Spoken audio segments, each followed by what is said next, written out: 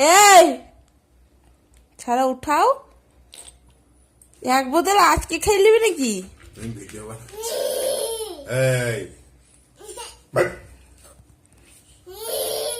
এই জন্য আবদার মিটাতে নাই।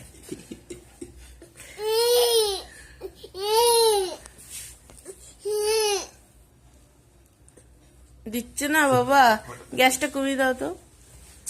তুমি মানে আমার থেকে যত কাজ মনে পড়ে। হ্যাঁ একটু চান করে বসবো বলে সে শান্তিই নাই। দাও